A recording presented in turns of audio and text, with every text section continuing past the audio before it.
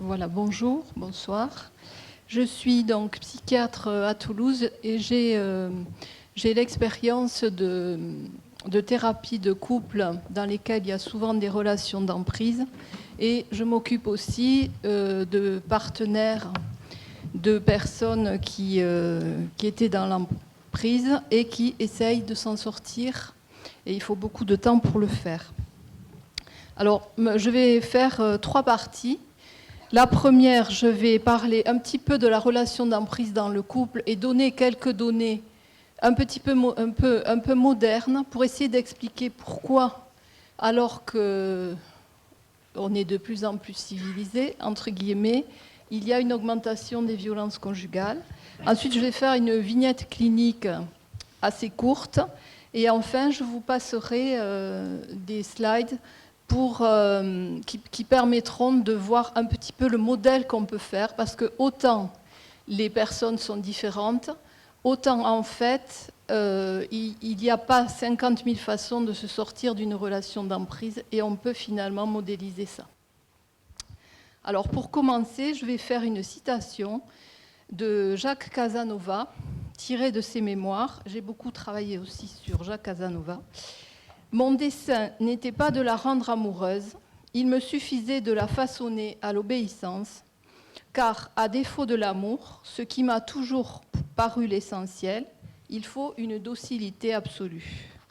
On ne jouit alors, il est vrai, ni de grâce, ni de transport, mais on est dédommagé par l'empire absolu qu'on exerce. Et Jacques Casanova, donc, a séduit des centaines de femmes, de toutes origines, plus ou moins belles, plus ou moins laides. Ce qui était important, c'était cette emprise. Donc je vais juste faire quelques données qui vont nous montrer qu'on est dans des situations aujourd'hui dans notre société assez paradoxales. Et donc on va parler d'amour. Et il nous semble que la recherche d'amour reste la référence pour la plupart des gens. Et cependant, on a vu que la relation d'emprise et les violences conjugales étaient de plus en plus fréquentes. Donc on a un premier paradoxe et on va essayer de l'expliquer en considérant que nous sommes dans une société où on a la liberté d'aimer et la liberté de choisir, ce qui n'était pas du tout le cas il n'y a pas si longtemps que ça, et dans d'autres cultures ça n'allait pas non plus, les mariages arrangés, etc. Et pourtant, bien qu'on ait cette liberté, on va mettre l'autre sous contrainte. Ça, c'est un premier point. Le deuxième point, c'est qu'on ne peut pas parler de l'amour sans parler du désamour. Donc la liberté d'aimer va avec la liberté de quitter. Et on sait qu'aujourd'hui, il y a un très grand nombre, plus d'un couple sur 2 qui se séparent. Donc ça fait que la séparation, le divorce font quasiment partie de l'expérience amoureuse, en fait. Donc ça, c'est une deuxième donnée. La troisième donnée, c'est le désir d'émancipation et d'accomplissement de soi. Et là, on va être tiraillé entre ce besoin d'aimer et d'être aimé et ce besoin de s'accomplir personnellement. Donc, on va trouver un deuxième paradoxe qui est que dès la rencontre étant toujours fondamentale, et dans la rencontre, on a déjà l'histoire et la fin de l'histoire, il y a une anticipation psychique plus ou moins consciente d'une séparation possible qui pourrait être subie ou qui pourrait être choisie. Et déjà, on va avoir une espèce de tension. 2 difficultés majeures apparaissent. C'est l'acceptation d'un attachement possible et c'est l'acceptation qu'une relation puisse se construire dans des va-et-vient entre les désirs de l'un et les désirs de l'autre. Donc on va avoir une confrontation entre le plaisir de l'instant et l'exigence d'une construction dans le temps. Et beaucoup de gens sont tiraillés entre ces 2 choses. Dans les cas extrêmes, il va y avoir une tension entre les partenaires et on va pouvoir parler de perversion relationnelle qui va créer non un lien d'amour, mais son envers, un lien de ligature, qui va permettre de prendre le pouvoir sur l'autre. Il s'agit donc d'un dysfonctionnement Et ce dysfonctionnement a pour but de traiter la peur de l'attachement et l'angoisse de l'abandon. Donc, c'est en lien aussi avec ce que l'on appelle la dépendance affective. Une question nous intéresse particulièrement. Est-ce que nos sociétés favorisent l'émergence de telles organisations ? Probablement par la peur de l'engagement, la peur de l'intimité et l'indécision face à la multiplication des choix. Ça, c'est encore une autre donnée moderne, post-moderne. Les modalités de la rencontre ont bien entendu, tout le monde le sait, énormément changé. On cherche une approche pragmatique, concrète, rapide, voire instantanée. Il y a des applications pour ça, dans le meilleur appareillement possible. Ça, c'est le premier point. Et le deuxième point, c'est que le sexuel va prendre le devant de la scène. C'est-à-dire, on va se connaître sexuellement avant que de se connaître. Et pour arriver à avoir une place dans ce système-là, il va falloir se faire remarquer dans ce qu'on peut appeler en fait un marché. Cela donc va induire une confusion entre la séduction, puisqu'on va se mettre à essayer de séduire, et la connaissance de l'autre, et la connaissance de soi en même temps. Donc les multiples applications des réseaux sociaux favorisent ces nouveaux modes de rencontre. Ils vont permettre aussi à des personnes plus ou moins douteuses de s'y glisser facilement, voire d'agir masquées. Un autre paradoxe est fondamental, c'est l'écart considérable qu'il y a entre la présentation et la demande qui est faite sur les réseaux sociaux et les notions fantasmatiques de l'ordre d'un idéal qui, bien entendu, reste à l'intérieur de chaque personne. Et cela va entretenir une confusion chez l'individu. C'est-à-dire qu'il va cristalliser dans un espace qui est préstructuré de rencontres, qui est préfabriqué.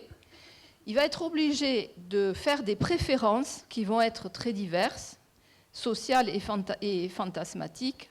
Et tout le côté fantasmatique va être souterrain et va faire le lit de l'évolution de relations conjugales qui peuvent aller vers l'emprise.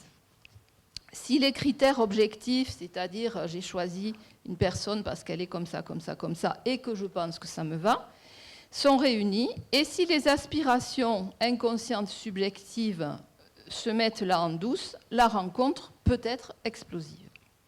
Donc l'attente inconsciente, prise en tenaille entre l'idéal d'amour, qui est toujours là, et l'angoisse de la perte, devient démesurée et va engendrer des parasitages incontrôlés dans la relation. En sachant aussi que lorsqu'on se présente sur les réseaux sociaux, il faut se mettre dans une certaine forme, il faut paraître attirant, et c'est assez préjudiciable pour des personnes qui n'ont pas des estimes d'elles-mêmes très hautes, surtout si elles se reçoivent des critiques qui sont quelquefois pas gentilles du tout. Donc ça peut être très compliqué. Ça. Une autre idée, c'est les notions d'intimité et de mémoire qui vont être affectées. La notion d'intimité peut être brouillée parce que l'espace personnel va être projeté par définition dans l'espace public, sinon on ne peut pas vous voir. Et cet espace, et vous pouvez être vraiment attaqué alors que vous ne vous rendiez même pas compte de ce que vous étiez en train de projeter. Donc cet espace virtuel, il peut modifier l'image que vous avez de vous-même et il peut modifier aussi la notion de temps puisque c'est pas effaçable facilement. Donc ça peut créer aussi des dissymétries entre les partenaires.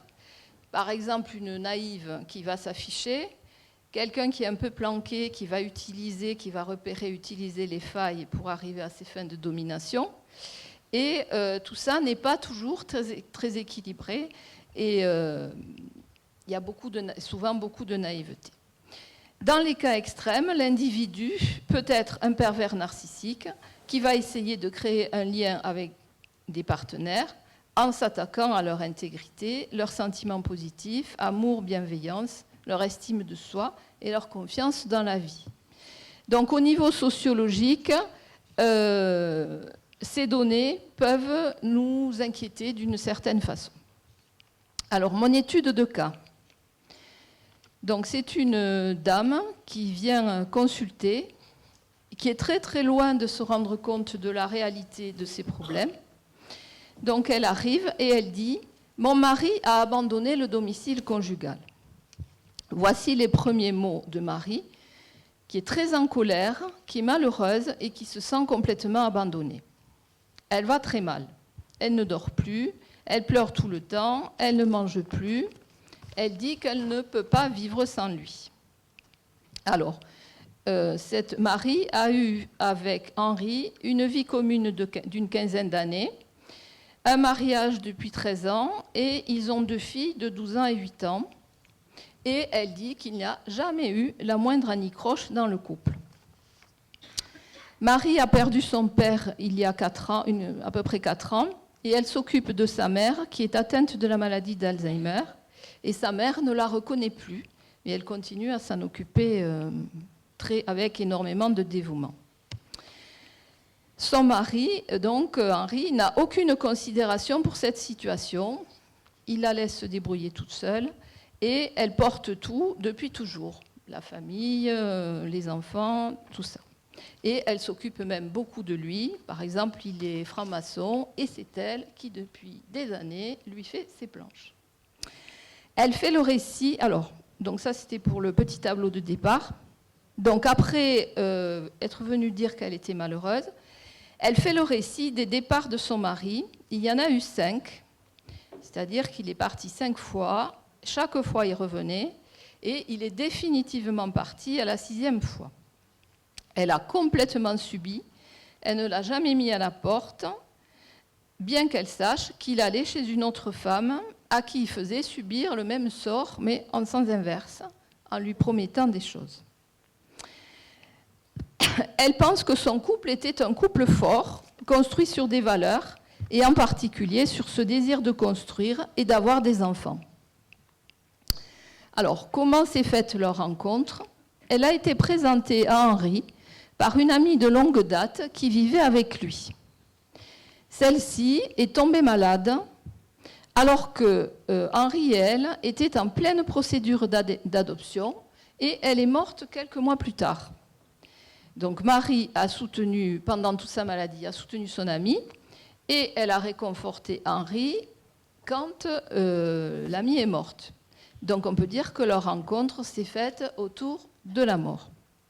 Et cette rencontre, elle a été un petit peu poussée, on peut dire, par la mère, qui était au courant de la situation et qui, au lieu de dire à sa fille de faire attention, l'a plutôt poussée.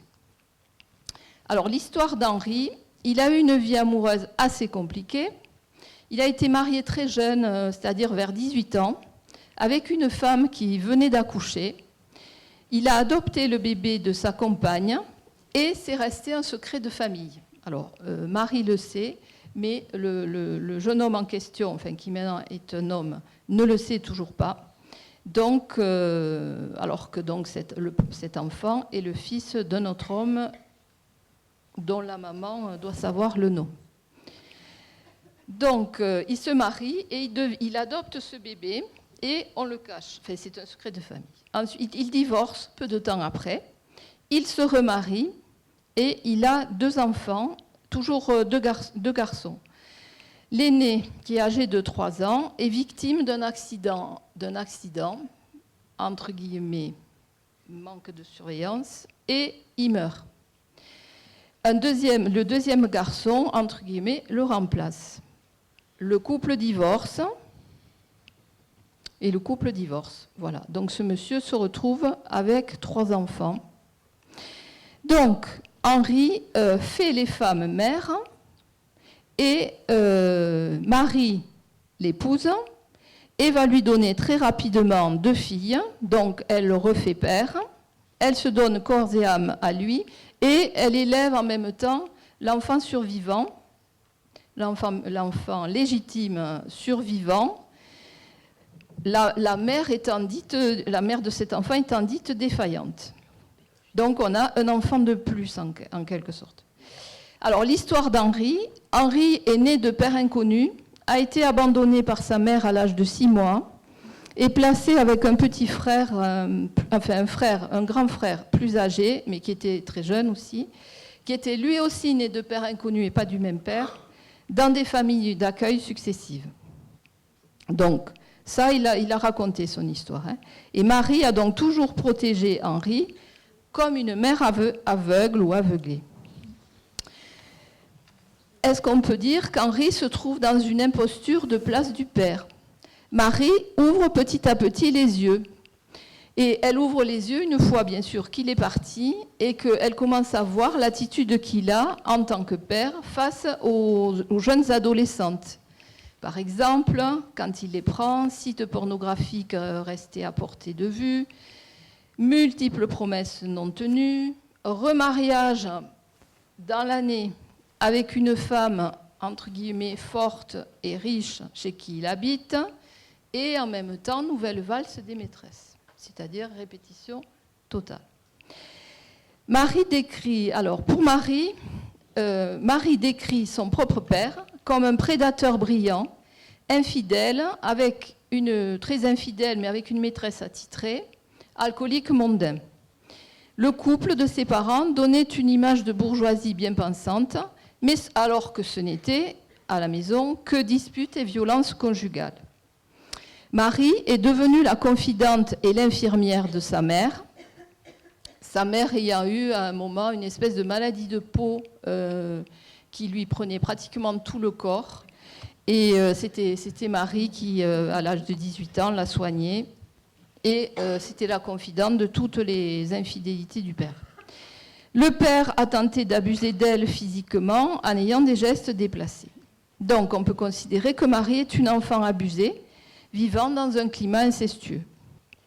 Soumise à ce type d'attaque de la part du père et de la mère, ce qu'elle n'a toujours pas encore totalement compris, elle aimait profondément son père et sa mère. Elle a donc choisi un homme fragile, abandonné par des parents, donc un enfant, auquel elle s'est vouée, qu'elle a fait père, répondant à son besoin vital de s'inscrire dans une filiation, mais une filiation en fait à l'envers.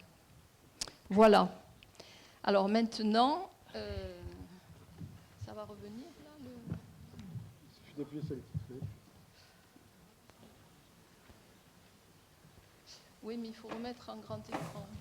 Vous y êtes. Ah, j'y suis. D'accord. Alors je vais revenir en arrière. Voilà.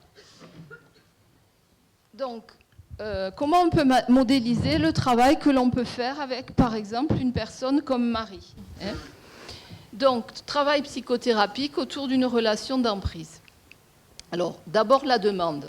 Quand la personne arrive, elle a le souhait sincère d'améliorer la situation du couple. En fait, elle ne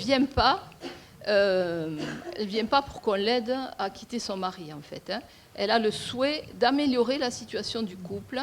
Elle a aussi le souhait quand même de diminuer sa souffrance. Et donc le but qu'on va avoir, c'est d'être, bien sûr, de ne pas livrer ce qu'on pense, mais d'essayer de mettre en forme cette demande et de la mettre d'une façon qui soit plus adaptée à la réalité. Ensuite, dans un deuxième temps, on va parler, la personne, Marie, par exemple, va parler de ses problématiques personnelles, de façon à commencer à repérer quelque chose qui ne va pas très bien chez elle. Par exemple, le besoin de réassurance, la tendance au contrôle, ça c'est très important parce que bien sûr elle est contrôlée, dominée par l'autre, mais il y a toujours aussi une tendance au contrôle de la part de la personne dépendante. Elle va pouvoir repérer sa dépendance affective. Au niveau des émotions, on va essayer de faire en sorte qu'elle puisse les exprimer le plus possible. On va remarquer que l'estime de soi est très fluctuante et quelquefois vraiment extrêmement basse. Et on va essayer de mettre en évidence aussi des fausses croyances sur ce qu'est un couple, par exemple, avec cette espèce de force, etc. Et donc, petit à petit, elle va apprendre à s'exprimer. Alors, la problématique. Ensuite, on va essayer d'aborder la problématique dans le couple, mais sans entrer dans le fond du sujet. On va juste faire remarquer que, même si elle dit qu'il n'y avait jamais d'anicroche, etc., il existe une tension subjective que nous appelons perverse, et qui a toujours, et quand il n'y a pas cette tension, le partenaire va s'arranger pour que quelque chose monte. On va essayer de mettre aussi en évidence le contrôle. On va mettre en évidence la peur de l'intimité et la peur de l'engagement. Et on s'apercevra que le couple, en fait, il s'est plus construit sur le désir de famille que sur un engagement véritable de personne à personne. Alors, le travail psychique, alors ça c'est très très important, c'est comprendre que l'on va demander au partenaire de gérer ses propres émotions et ses propres tensions. Ça demande beaucoup de temps, de telle sorte que la personne, une fois qu'elle sait gérer ses tensions, elle va devenir beaucoup plus autonome et elle va être beaucoup plus indépendante du partenaire. Et ça sera très bénéfique pour la suite de ces relations. Ensuite, il y a une histoire de lâcher prise, puisque, en fait, cette femme, elle était quand même aussi dans le contrôle, puisqu'elle faisait tout pour lui. On lui demande de réfléchir à la question du choix et du renoncement. Pourquoi a-t-elle choisi cet homme ? Qu'est-ce que ça voudrait dire de renoncer, etc. Plus concrètement, on fait une liste des comportements négatifs qu'elle peut avoir dans sa vie, et on va essayer de l'aider à répéter le moins possible ces comportements négatifs. Et enfin, on va essayer de la sortir de cette position de sauveur. Alors, le point absolument crucial de la thérapie, c'est le dévoilement du système relationnel pervers. Et là, il faut souvent beaucoup de temps pour en arriver là, mais on a fait tout ce travail préparatoire avant pour que ce ne soit pas trop difficile. Donc c'est vraiment le point crucial, parce qu'à partir de là, les choses vont pouvoir changer. C'est absolument nécessaire de comprendre le système pervers. S'il n'est pas compris, il y aura toujours des parasitages et la personne ne pourra jamais être vraiment elle-même. Il faut arriver à mettre à nu les intentionnalités secrètes. Ça, c'est extrêmement difficile aussi.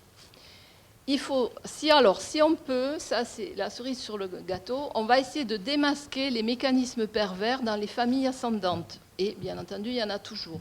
Et là, pour Marie, on n'est pas encore arrivé, ça fait des années, à ce qu'elle puisse penser les mécanismes pervers, en particulier chez sa mère. Chez son père, c'est beaucoup plus facile. De ce fait, on va pouvoir amorcer la différenciation entre les individus, les fonctions et les générations, puisque dans ces systèmes, tout est confondu. Elle est à la fois, elle est l'épouse, mais elle est aussi la mère de son mari, par exemple. Et ensuite, elle-même ayant été abusée, il y a eu une problématique de génération avec sa famille ascendante. Lever les secrets de famille, et en particulier de filiation, puisque là on est essentiellement dans la filiation, bien entendu c'est extrêmement difficile, il ne s'agit pas non plus de lever les secrets comme ça, mais si on peut aller vers ça, c'est formidable. Et là, elle connaît ce secret, mais elle ne veut pas le lever auprès de personne, et bon, pour le moment c'est comme ça. Alors les étapes, j'y vois très mal. Donc les étapes, c'est l'affinement de la demande, le dévoilement du système. À partir de là, la personne va pouvoir se positionner. Alors que jusque-là, elle était comme une feuille au vent et elle était complètement victime de tout ce qui se passait. Dès qu'elle peut commencer à se positionner, elle va pouvoir prendre des décisions. C'est-à-dire que dans son cas, c'est elle qui a fini par demander le divorce, parce que le monsieur attendait, puis dès qu'elle l'a demandé, il en a épousé une autre. Bon.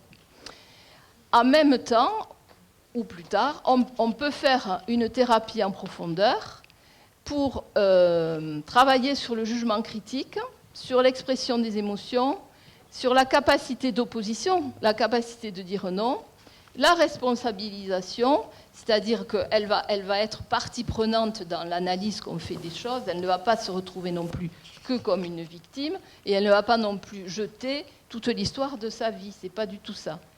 La reconnaissance de sa valeur, alors ça c'est un travail énorme aussi, puisque c'est une femme qui a été très dévalorisée. La réappropriation du passé, c'est ce que je viens de dire, c'est-à-dire qu'on ne va pas jeter tout son passé, on va essayer d'intégrer son passé à son histoire.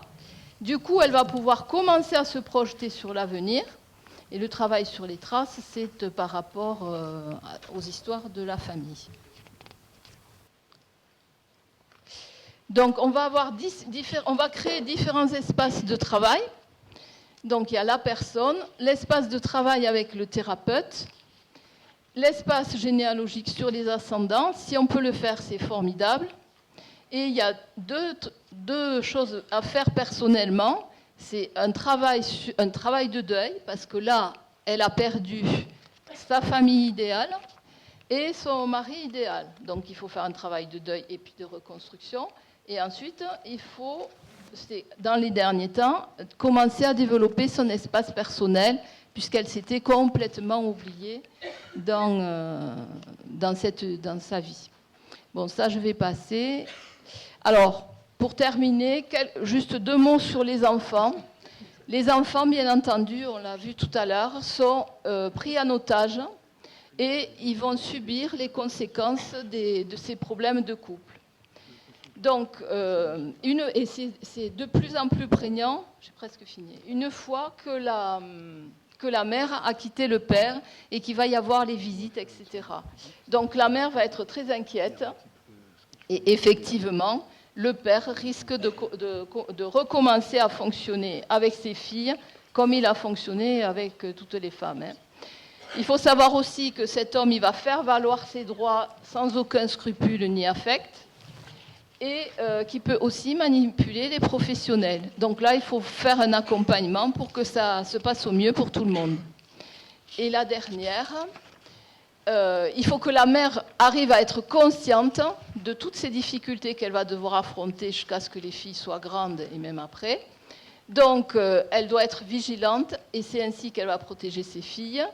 À chaque fois qu'il y a un dysfonctionnement, elle doit faire appel à la justice, à des tiers ou des professionnels, ce qui n'est pas toujours évident. Donc, en sachant qu'il y aura toujours une instrumentalisation des professionnels, même de la justice, etc. Et pour conclure, la mère qui est confrontée à un paradoxe, c'est qu'elle voulait faire cet homme père, et maintenant elle va devoir lutter contre cette entité paternelle qui veut lui ravir ses enfants. Voilà.